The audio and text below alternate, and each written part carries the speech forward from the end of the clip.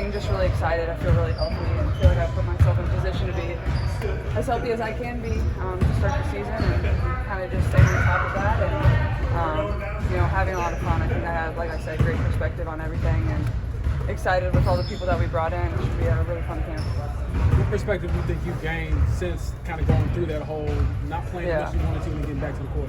Yeah, well, I was talking to Steph a little bit, and I'm the person that doesn't want to sit out a single rep. Like, I want to be in there every single time. Like, I just love competing and I love playing, and none of that has changed, but I think just like being a little bit smarter with my body and understanding what it takes. And I think especially like through camp days, like these days are really long. Like, you're on the court 2.5, 3 hours and putting in a lot of stuff. So, taking care of my body at this point in the season is probably the most important thing. Whether that's recovery, whether that's pre-court treatment, whatever it is, I think it's those type of things. So, but like I said, I've never really sat on the sidelines before, so it's a very humbling experience and gives me a good perspective on how to be a great teammate and a great leader and show up every single day for them. Caitlin, what's that next step for you as a player? Well, I've only played 60 WNBA games, so I've got a ways to go still, and just maintain my health. And I think USA basketball was really good for me to kind of get back out there and get my feet under me. And you're playing with the best players in the world, so I don't think there's a better setting for me to kind of just get back into it and be surrounded by really good people. And when you're in that type of competitive setting, first of all, there's no better setting to be in, and second of all, it brings out the best in you. You want to rise to the level of the people around you, and then you also want to beat them, and then you get on the court and get to compete with them as your teammates. So I have a long ways to go to continue to get better, and I think that's the exciting part. This is the beginning of year 3, but like I said, I've only played 60 games, I think it is. I might be a little off there, but and only appeared in 2 playoff games, so I got a ways to go still. How do you feel like free agency went both for you guys and just across the league with so many uncertainties?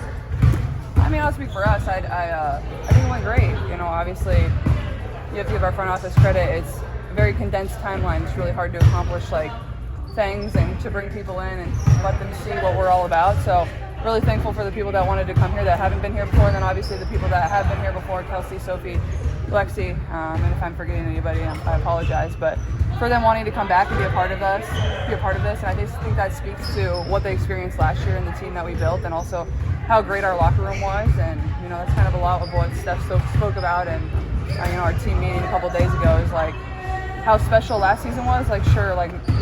We were a couple calls and a couple people not fouling out or Kelsey getting hurt and 5 minutes from the finals. So, and that was without about 5 players. So, we're right there, and it takes a lot of hard work. It takes being healthy. It takes a little bit of luck to get back to that point. But I feel like our roster construction is great and gives us an opportunity to do that. You touched on a little bit about the reps to get in practice and leading up to the season. Mm-hmm. Have you had those conversations about when to kind of dial it back throughout camp, especially going to 44 games this year? We got 16 players here, I'm pretty sure. So, there's going to be a lot of opportunities, especially for the younger people. I know I'm only 24, but, I wanted to be in every single rep. So I think whether I'm in every single rep or I'm, sitting a rep out, just being on the sidelines, helping them the best I can.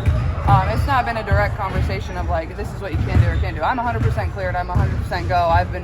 Obviously you saw that at USA. I've been playing pickup as live as I can, playing live all the time. Eventually skill workouts get a little bit boring, so you just want to play and play and play. So I think it's just being smart. No need to overdo it at this point. And but I think when I'm not in every single rep, I think it's a great leadership opportunity for me to help the younger people as well. When you don't take every rep, what you talk to the guys who want to take every rep? Hey, nobody get hung up on this. I don't want this to be a story. Was there someone you leaned on kind of to help you through that?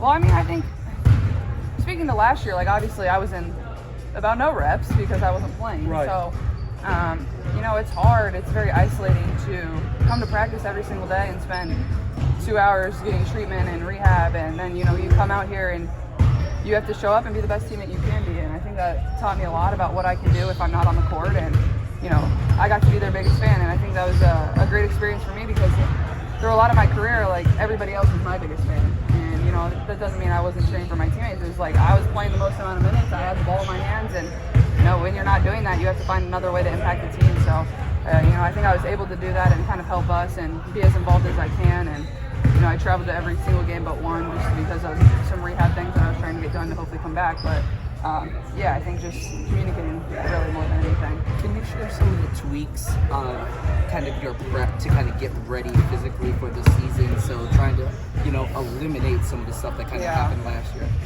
I mean, very intentional about the things that I'm trying to do.